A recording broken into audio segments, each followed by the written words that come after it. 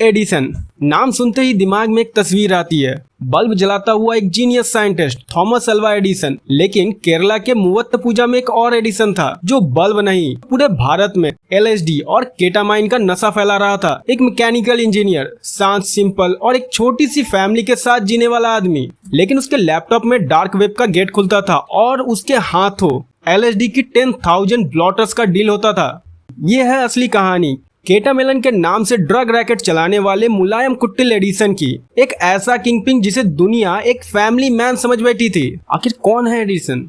Edison 35 साल का mechanical engineer Germany और बेंगलुरु में काम करके अपने गांव मुवत्तुपुझा लौट आया था। उसका दिन का रूटीन एकदम सिंपल था। अपने छोटे बेटे को डे केयर ले जाओ, घर आओ और फिर शांत। लोग कहते थे सॉफ्ट स्पोकन और लो प्रोफाइल आदमी है। लेकिन 29 जून 2025 को नारकोटिक कंट्रोल ब्यूरो एनसीबी ने उनके घर पर रेड किया और सामने आया एक शॉकिंग रियलिटी। एडिसन एक लेवल 4 डार्कनेट वेंडर था। कोड नेम था केटामेलन। क्या मिला रेड में? एनसीबी को मिला 1127 LSD blots, paper infused with psychedelic LSD, 131 gram ketamine, crypto asset worth 70 lakh, multiple crypto wallet, mostly Monero XMR। और ये सिर्फ एक दिन का हॉल नहीं था। एनसीबी के मुताबिक एडिसन ने 600 से ज्यादा कंसाइनमेंट ऑल ओवर इंडिया भेजे थे, दिल्ली, पुणे, चेन्नई, हिमाचल, उत्तराखंड तक। डार्कनेट का असली चेहरा।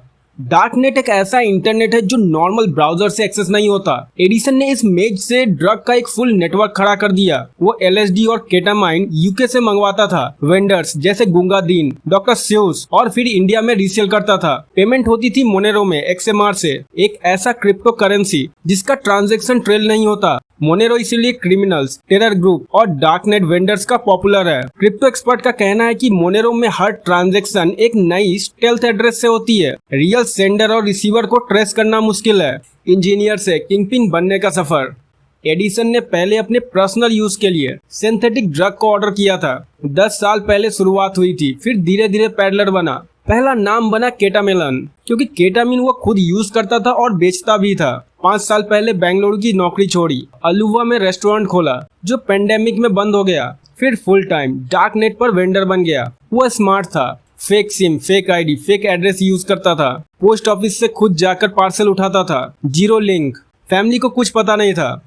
एनसीबी के मुताबिक उसकी बीवी, उसके माँ बाप, किसी को कुछ भी नहीं पता था। घर में सबको लगा वो एक रिमोट जॉब करता है या क्रिप्टो में ट्रेडिंग करता है, लेकिन असल में वो भारत का एक टॉप लेवल एलएसडी पैडलर बन चुका था। डार्कनेट रैकेट का स्टेटस।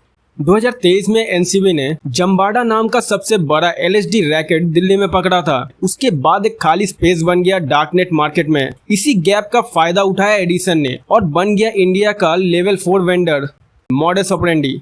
ड्रग्स यूके से मंगवाता था, parcel foreign post office Kochi में रिसीव करता था। उसका क्लासमेट अरुण थॉमस हेल्प करता था कलेक्ट करने में। फिर एलएसडी इंडिया के मेजर सिटी में डिस्पैच होता। एलएसडी ब्लॉटर्स को डिटेक्ट करना मुश्किल है, वो किसी नॉर्मल इन्वेलप में आता है। कस्टम्स को स्पेसिफिक अलर्ट मिलता तभी पकड़ पाते। एक सवाल हम सबसे, एक एडुकेटेड रिच बैकग्राउंड वाला आदमी, इंजीनियर, इतने बड़े ड्रग रैकेट में कैसे फंस गया? क्या डार्क वेब की एनोमिटी इतनी पावरफुल है कि स्मार्ट लोग भी उसमें डीपली इन्वॉल्व हो जाते हैं? क्या हमें डिजिटल वर्ल्ड में अपने आसपास के लोगों के बिहेवियर और फिनेंस को ज्यादा क्लोजली ऑब्जर्व करना चाहिए? और सबसे इम्पोर्टेंट, क्या इंडिया के यूथ के लिए एलएसडी और सिमिलर ड्रग नए डिजाइनर नशे बन रहे हैं? एडिसन का केस एक वार्निंग है। आज के जमाने में ड्रग ट्रैफिकिंग सिर्फ स्लम और बॉर्डर एरिया में नहीं होता, ये आपके नेक्स्ट डोर सॉफ्टवेयर इंजीनियर या क्रिप्टो ट्रेडर के घर भी हो सकता है। सिस्टम को भी और हम सबको भी अवेक और अलर्ट रहना होगा। आपको क्या लगता है, एडिसन ने ये पैसे के लिए किया या कुछ और रीजन था? कमेंट में जरूर बताएं और ऐसे ही सच्चाई से भरे इन्वेस्टिगेटिव स्टोरीज के लिए चैनल को सब्सक्राइब करें।